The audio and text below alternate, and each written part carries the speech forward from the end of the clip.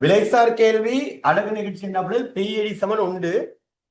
PET சமன் உண்டா இருக்கும் போது பிள்ளைகள் அப்ப அதன் கேள்வி கோடு செவ்வக அதிபர வழியாக காணப்படும். அதுக்குரிய கேள்வி சமன்பாடு பாருங்க, கியூடி சமன் சிஇன் கீழ் பி என்று வரும்.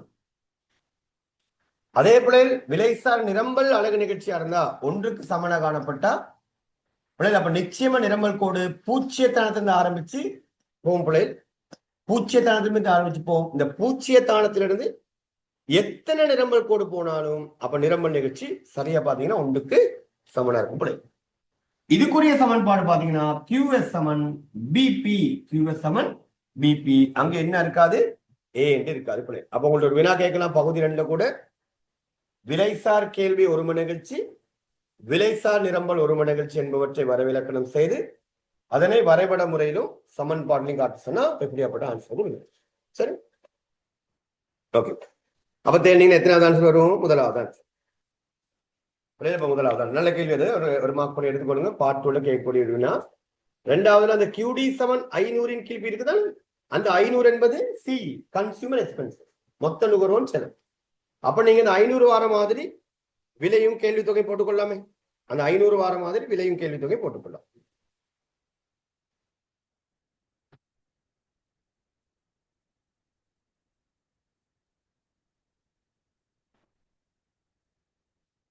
சரி பிள்ளை வாங்க. அடுத்து வினா இலக்கம் 8.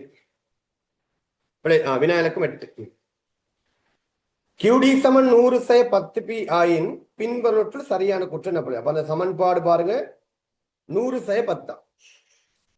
அப்பா ஆனா நான் உங்களுக்கு பொருத்தமான ஆன்சரா கொடுத்திருக்கேன். ரூபாய் 10 விலை கேள்வி நிகழ்ச்சி முடிவிலி ஆவதுடன் பூச்சிய விலை விலை கேள்வி நிகழ்ச்சி 100 ஆகும். நீங்க மற்றெல்லாம் கணிச்சு பாருங்க, அது பொருத்தமற்றது இருக்கும். 5வது சரியா இருக்கும். நீங்க அதுக்கான வரைவக்கேறி பார்த்தா உங்களுக்கு இலகுவா புரியும். அதுக்கான வரைவக்கேறி நீங்கன்னு சொன்னா இது விலைத்தொகை. சமன்பாடு பாருங்க, கியூடி சமன் 100/10 பி. அப்ப இந்த வெக்டர் தான் 100. 100 10 ரூபாய். நாங்க படிச்சிருக்க ஒரு தியரி, மேலிருந்து கீழ் நோக்கி சரிகிற நேர்கோட்டின் வழியே. இங்க பாத்தீங்கன்னா கேள்விக்கோடு விலையேற்ற வெற்ற இடத்துல நிகழ்ச்சி பாத்தீங்கன்னு சொன்னா முடிவிலியா இருக்கும். அதே கேள்விக்கோடு தொகையேற்ற வெற்ற இடத்துல நிகழ்ச்சி பாத்தீங்கன்னா பூச்சியமா இருக்கும். கோட்டின நடுப்புள்ளியில பாத்தீங்கன்னா பிள்ளை, கோட்டின நடுப்புள்ளினா 5 ரூபா தானே பிள்ளை, இன்னொரு 50. இதுல பாத்தீங்கன்னா நிகழ்ச்சி அழகு நிகழ்ச்சியா இருக்கும். படிச்ச தேர் இதெல்லாம். விலை கூடிய பகுதிகளில் நிகழ்ச்சி உடையதா இருக்கும். விலை குறைஞ்ச பகுதிகளில் நிகழ்ச்சி அற்றதா இருக்கும். இப்ப தேடுங்க ஆன்சர் தேடிங்கன்னா பாருங்க, உங்களுக்கு 5வது ஆன்சர் கொடுத்துருக்க பிள்ளை. 5வது ஆன்சர் கொடுத்துருக்கேன். என்னது 5வது ஆன்சர் பாருங்க பிள்ளை. 10 ரூபாயில விலை கேள்வி நிகழ்ச்சி முடிவிலி. சரிதான? 10 ரூபாயில முடிவிலி ஆகக்கூடிய கேள்விகளில் முடிவிலியும் பூச்சிய விலையில பிள்ளை. ஆமா, பூச்சிய விலையில கேள்வி தொகை 100. சரியப்போ பிள்ளை பொருத்தமான ஆன்சர் எத்தனாவதுண்டா? 5வது ஆன்சர் பிள்ளை. அப்ப 8வது கேள்விக்கு 5வது ஆன்சர்.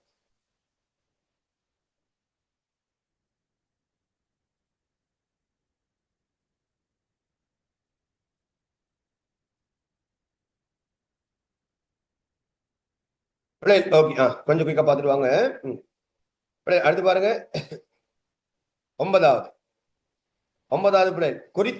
குறித்த பண்டம் ஒன்றின் கேள்வி மற்றும் நிரம்பல் சமன்பாடு கியூடி சமன் 60/P, கியூஎஸ் சமன் பி. கவனமா இருக்கணும். கியூஎஸ் சமன் பின்னா அங்க இருக்கிறது ஒரு பி காணப்பட இப்பண்டத்தின் மிகை நிரம்பல் பூச்சியமாகும் விலை என்ன?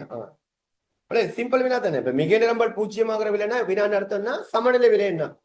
அப்ப சமநிலை விலை எடுத்தீங்கன்னா 30 ரூபா. ஓகே, அதெல்லாம் நோவலா செஞ்சுக்கோங்க. 2 சமன்பாடை சமப்படுத்தினா விலை வரும். சமநிலை விலை 30 ரூபா. ஓகே, அடுத்து 10வது வினாக்கு நிறைய பேர் சொன்னீங்க ஆன்சர் இல்லைன்னு சொல்லி நம்ம அதை கரெக்ஷன் பண்ணிக்கொள்வோம்.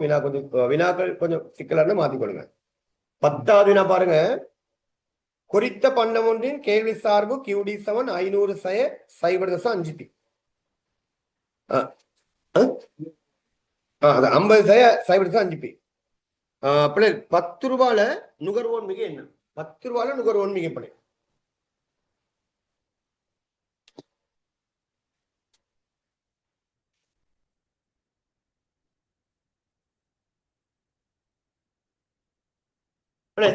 அப்ப இங்க பாருங்க, கியூடி சமன் 50/0.5 பிள்ளை. இப்படி இருக்கு. அப்ப நீங்க செய்ய வேண்டிய வேலை முதல்ல இதுக்குரிய ஒரு கோடை திணிப்பு ஈஸியா இருக்கும். அப்ப இதுக்குரிய கோடை தெரிஞ்சீங்கன்னு சொன்னா நம்ம கியூடி சமன் 50 0 5 பி. அப்ப இப்படி ஒரு கோடு. அப்ப இங்க வெட்டோட 50 இங்கே வெட்டோட பிள்ளை இதுக்கு 0 போட்டீங்கன்னா 50.5 பிரிச்சா இங்க ஒரு பிள்ளை 100. 100. ஓகே, இது கேள்வி கோட்.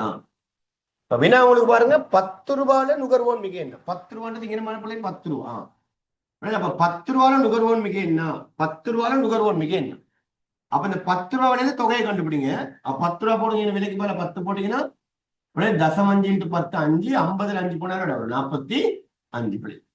ஓகே, இப்ப நுகர்வோன் மிக எது பிள்ளை வரும்? இப்ப நுகர்வோன் மிக பாத்தீங்கன்னு சொன்ன 100 ரூபாய்க்கு வாங்குவோம், அந்த நுகர்வோம் 10 ரூபாய்க்கு வாங்குவோம் 45 பொருள் பிள்ளை. அப்ப இந்த முழு பரப்பு நுகர்வோன் மிக. சரிங்களா?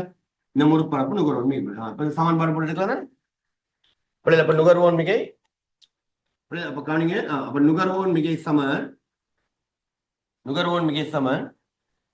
100 ரூபாயில இருந்து 10 ரூபாய் கழிச்சு 2ஆல பிரிச்சு 45 பெருக்கணும் பிள்ளை. ஓகே தானே? வாங்க வந்த விலை 100 ரூபா, வாங்கிய விலை 10 ரூபா, வாங்கிய தொகை 45, 2ஆல பிரிச்சு பிள்ளை. அப்ப பெருக்கி எடுத்தீங்கன்னு சொன்னா எவ்வளவு வருது? 2025 பிள்ளை விடையா வரும். சரியா பாருங்க, 2025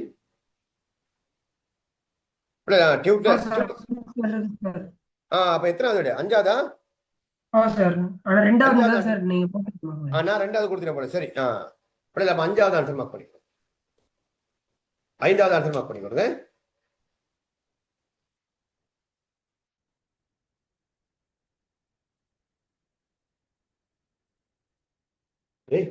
போலீஸ் எல்லாம் வந்து என்ன சொல்றீங்க?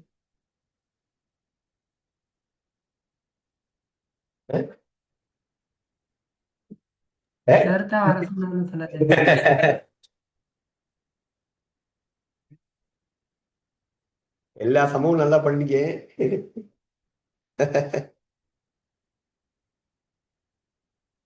சரி, அணி கோபத்துல சொல்லிட்டு வரலையே. சரி பிள்ளை, ஓகே. நீங்க யாரும் கோபத்துல சொல்லி விடுறது இல்லை, இந்த மனுஷன் இருக்கலாது பெரிய கரைச்சுன்னு சொல்லி இதுலயும் படிப்பிக்கிறான்னு சொல்லி. லக்ஷான் என்ன சொல்ற நீ? லக்ஷான் வேற. Okay,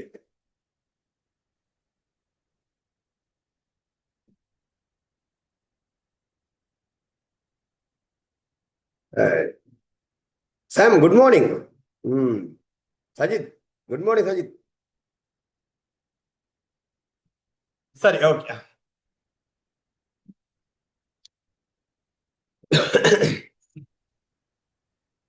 morning sir. பிள்ளை ரைட், வாங்க இப்ப நம்ம போவோம். வினா 11 பிள்ளை பாருங்க. 11 பிள்ளை பொருளொன்றின் கேள்வி மற்றும் நிரம்பல் சார்புகள் QD சமன் 200 சக பி, QS சமன் 0 சக பி, 0 விடுங்க பி இருந்து 240 சக பி, QS சமன் 40 சக பி ஆக உயர்வடைமாயின் எது உடன்படக்கூடிய பற்றி இதுல எது உடன்படக்கூடிய கூற்று? அப்ப நீங்க என்ன செய்யலாம்? ஆரம்ப கேள்வி நிரம்பல் சமன்பாடை பயன்படுத்தி சமநிலை விலை சமநிலை தொகை எடுங்க. அப்புறம் புதிய கேள்வி நிரம்பல் சமன்பாடை பயன்படுத்தி சமநிலை விலை சமநிலை தொகை எடுங்க. அப்ப எத்தனாவது ஆன்சர் வந்துச்சுன்னா 4வது ஆன்சர். சமநிலை விலை மாறாத நிலையில சமநிலை தொகை அதிகம். சேலம் பள்ளி நோமலா. அப்ப நீங்க ஆரம்ப கேள்வி சமன்பாடு நிரம்பல் சமன்பாடை பயன்படுத்தி விலை தொகை எடுங்க. புதிய கேள்வி சமன்பாடு நிரம்பல் சமன்பாடை பயன்படுத்தி விலை தொகை எடுத்து ஆன்சர் பாருங்க. வினா விளக்கு பள்ளி 11க்கு ஆன்சர் 4வது. 12வது பிள்ளை போட்டி சந்தை ஒன்றில் குறித்த ஒரு பண்டம் ஒன்றுக்கு அரசு மானியம் வழங்கும் ஆகும். மானியம் வழங்கினா பிள்ளை அப்ப அதுல இருந்து பொருத்தமான கூற்று நுகர்வோன் மிகை மற்றும் உற்பத்தியாளர் மிகை ஆகிய ரெண்டும் அதிகரிக்கும். ஓகே, பொருத்தமான ஆன்சர் இருக்கிறதுல பொருத்தமான ஆன்சர் 3வது பிள்ளை. அடுத்து பிள்ளை 13 அரசு நுகர்வோரை பாதுகாக்கும் நோக்கோட உச்ச விலை கட்டுப்பாடு ஒன்று நிர்ணயித்தார். அப்ப நுகர்வோரை பாதுகாக்கிற நோக்கோட உச்ச விலை கட்டுப்பாடு ஒன்று நிர்ணயிச்சாப்புல என்ன நடக்கும்? அப்ப உச்ச விலை கட்டுப்பாடு ஒன்று நிர்ணயிச்சா பாருங்க, சந்தையில திறனான வெளியீட்டு மட்டத்தை விட குறைந்த வெளியீடு ஒன்று உருவாகும் பிள்ளை. அங்க படிச்சிருக்கோம், குறை உற்பத்தி தோன்றும். குறை உற்பத்தி தோன்றுவதோடு சேர்ந்து கருப்பு சந்தை உண்டாகும் பிள்ளை. அதோட பொருளுக்கு மிகை கேள்வி தட்டுப்பாடு ஏற்பட்டு கருப்பு சந்தைகள்லாம் தோற்றமடையும். அவ பொருத்தமான ஆன்சர் பிள்ளை முதலாவது. மிக நிரம்பல் வரும் எப்ப பிள்ளைகள் மிக நிரம்பல் வரும்? அது இழிவு விலை கட்டுப்பாட்டுல ஆக குறைந்த கட்டுப்பாடு விலை விதிக்க தான் மிக நிரம்பல் தோற்றமடையும் பிள்ளை.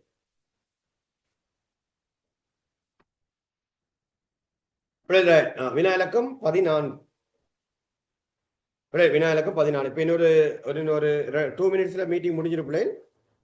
ஸோ எல்லாரும் இருக்கா 11 மணிக்கு ஜாயின்டாங்க பிள்ளை. நான் சாப்பிட்டு வந்துட்டு 11 மணிக்கு ஜாயின்டாங்க. ரைட். ஸோ 11 மணிக்கு ஜாயின்டாங்க எல்லாரும்.